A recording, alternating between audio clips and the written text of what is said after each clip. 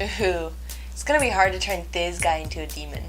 Really? Considering the fact that it kills tons of people in overdoses every year, and it promotes a serious decline in cognitive functioning, I can't imagine why you would have an issue demonizing it. You don't know her story, do you? No.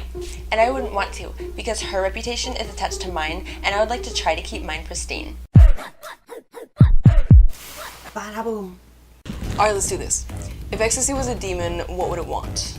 It would want to make you act fruity, and loving, and kind, and giving. Yeah, so giving that you give all your money away, your jewelry, and maybe even the keys to your car. And it doesn't make everyone act fruity. Candies are meant to be given away. It's called the plur atmosphere. Oh, please. Candy rots your teeth the same way ecstasy rots your brain. They're not real candies, they're candy bracelets. You don't eat them, you wear them.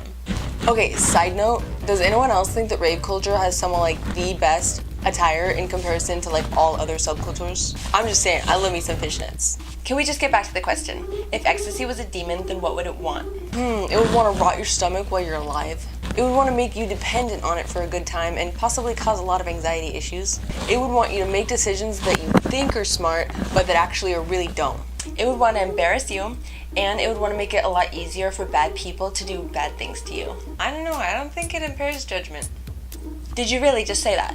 Why can't people get it through their heads? Like, drugs impair the judgment of humans. I mean, why does everybody think that they're exempt from this rule? You know, like, if someone stabs you, you're gonna start bleeding. You can't just, like, will yourself to stop. If you take drugs, then you're gonna make stupid decisions. Maybe you've done it before and everything turned out okay, but the fact of the matter is that from, like, the very first time that you do it, it starts to rewire your brain. And so, like, if you're really smart, you're just gonna slowly start making stupider and stupider decisions and just not seeing it because of how slowly it happens. And maybe you are smarter than most people, and maybe even stronger. Like, all that really means is that it's gonna take longer until it gets you.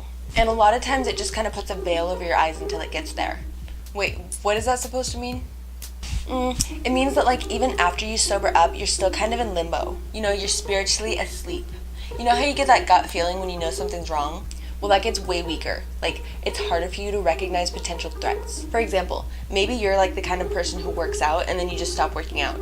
With the veil over your eyes, you won't even see that as a problem. You know, it's like it turns your alarm off and you're no longer alarmed about that stuff.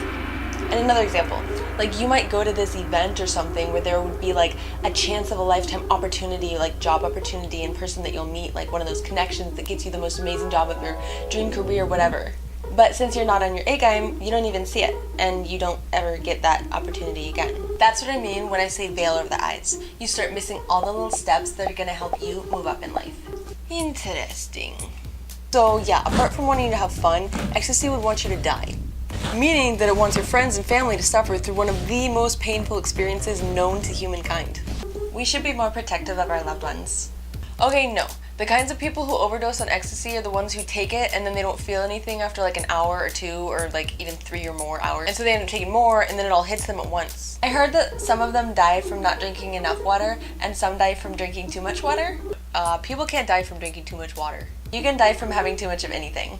Like, when someone has too much water, they enter a state of paralysis, which means that their muscles just slowly stop moving until they collapse. I'll put a link in the description for anyone who wants to see what that looks like.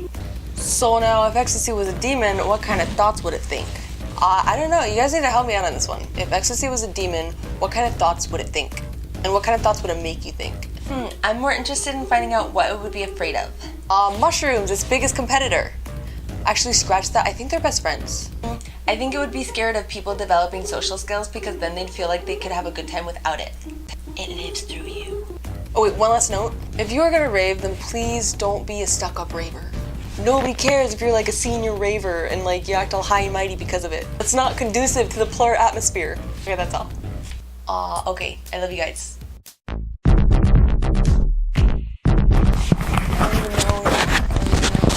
Oh yeah, apart from you wanting about mushrooms. It's as big as a kapara. Mushrooms, that's the thing. I don't even know, I can't talk. Way weaker. Like, it's harder for you to... Well, why can't people get it through their heads? Drugs fit to boo. No, I wouldn't because her attention, steps that are moving. What can I talk right now? Charizard!